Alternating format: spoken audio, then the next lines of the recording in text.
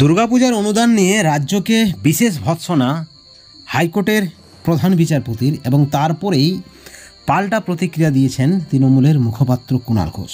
কি বলেছেন তিনি বলেছেন যে হাইকোর্টের বিচারপতি অনুদান নিয়ে যা বলেছেন তা কিন্তু অত্যন্ত দুর্ভাগ্যজনক এবং বাস্তবের সাথে নাকি এই মন্তব্যের কোনো সামঞ্জস্য নেই, যেমনটা দাবি কুণাল ঘোষের।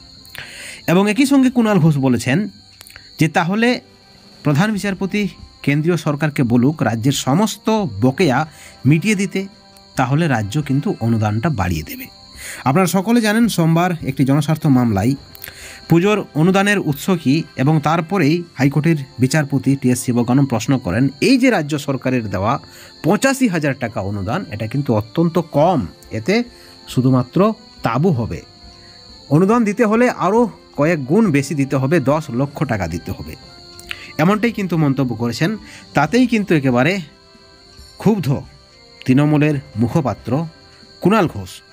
তিনি বলেছেন এই 85,000 টাকা, কুণাল ঘোষ যেটা বলেছেন, এই টাকা পুজোর সাথে যুক্ত সেই সকল ক্ষুদ্র শিল্পী, কুটির শিল্পী, গরিব মানুষের কাছে পৌঁছায়। অর্থাৎ কোথাও না কোথাও হাইকোর্টের প্রধান বিচারপতির মন্তব্যকে তিনি সামঞ্জস্যহীন বলে দাবি করেছেন এবং এই মন্তব্যকে দুর্ভাগ্যজনক বলেছেন কুণাল ঘোষ। তিনি বলেছেন এই টাকা শ্রমজীবীদের কাছে পৌঁছায়, কিন্তু টাকার উৎস কোথায়, টাকার উৎস কি, এই নিয়ে যে মামলা, তারপরেই যে প্রধান বিচারপতির কটাক্ষ আরও বেশি করে দিতে হবে, হাইকোর্টের মহামান্য বিচারপতির যে কটাক্ষ, তাতে কিন্তু সোজাসুজি ধাক্কা লেগেছে শাসক দলের, যেমনটাই কিন্তু বোঝা যাচ্ছে কুণাল ঘোষের পাল্টা প্রতিক্রিয়ায়।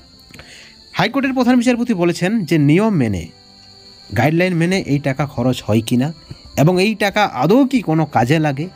কিন্তু যদিও দাবি করা হচ্ছে কুণাল ঘোষের পক্ষ থেকে এই টাকা শ্রমজীবী, ক্ষুদ্র শিল্পী, কুটির শিল্পী, সেই সকল মানুষদের কাছে পৌঁছায়। বিচারপতি আরও বলেন এই মুহূর্তে অনুদানের টাকা দেওয়া হয়ে গিয়েছে, তাই আটকানোর নির্দেশ দেওয়ার কোনো সম্ভাবনা নেই। কিন্তু কুণাল ঘোষের যে মন্তব্য, যে মতামত, সেই পরিপ্রেক্ষিতে আপনাদের কি প্রতিক্রিয়া, অবশ্যই আপনারা চ্যানেলের কমেন্ট সেকশনে কমেন্ট করে জানাবেন এবং সেই সঙ্গে একটা ছোট্ট অনুরোধ, চ্যানেলটিকে সাবস্ক্রাইব করে রাখবেন এই ধরনের আরও নতুন আপডেট পেতে।